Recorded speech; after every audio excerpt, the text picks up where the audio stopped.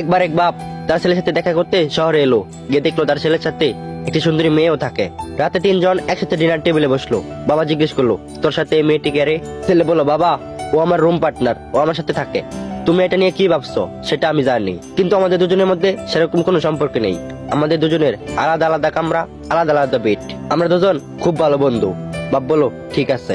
পরের দিন বাপ নিজের গ্রামে চলে গেল। এক সপ্তাহ পর মেয়েটি ছেলেটিকে বলল, শোনো, গত শুক্রবার তোমার বাবা যে প্লেটে ডিনার করেছিলেন সেই প্লেটটা খুঁজে পাচ্ছি না। আমার সন্দেহ তোমার বাবা এই প্লেটটা নিয়ে গেছে। ছেলেটি রেগে গিয়ে বলল, সেটআপ, এসব কি কথা? তুমি কি আমার বাবাকে চোর বলেছো? মেয়েটি বলল, তা না, কিন্তু তুমি একবার তোমার বাবাকে জিজ্ঞেস করে দেখো না। জিজ্ঞেস করতে আপত্তি কিসের? ছেলেটি বলল, ওকে আমি জিজ্ঞেস করব। পরদিন ছেলেটি বাপকে একটি ইমেল পাঠালো। ছেলেটি তাতে লিখলো, আমি এটা বলছি না যে আপনি আমাদের প্লেটটা চুরি করে নিয়ে গেছেন, অথবা আমি এটাও বলছি না যে আপনি আমাদের প্লেটটা নেননি। মানে যদি ভুলবশত আপনি প্লেটটা নিয়ে থাকেন তাহলে ওই প্লেটটা ফেরত দিয়ে যাবেন, কারণ ওই প্লেটটা মেয়েটির খুব পছন্দ।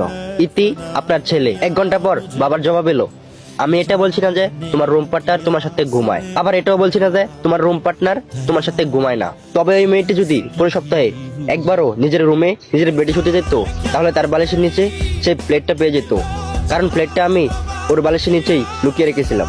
ইতি, তোমার বাপ। এবার আপনারাই বলেন, স্টোরিটা শুনে কি বুঝলেন?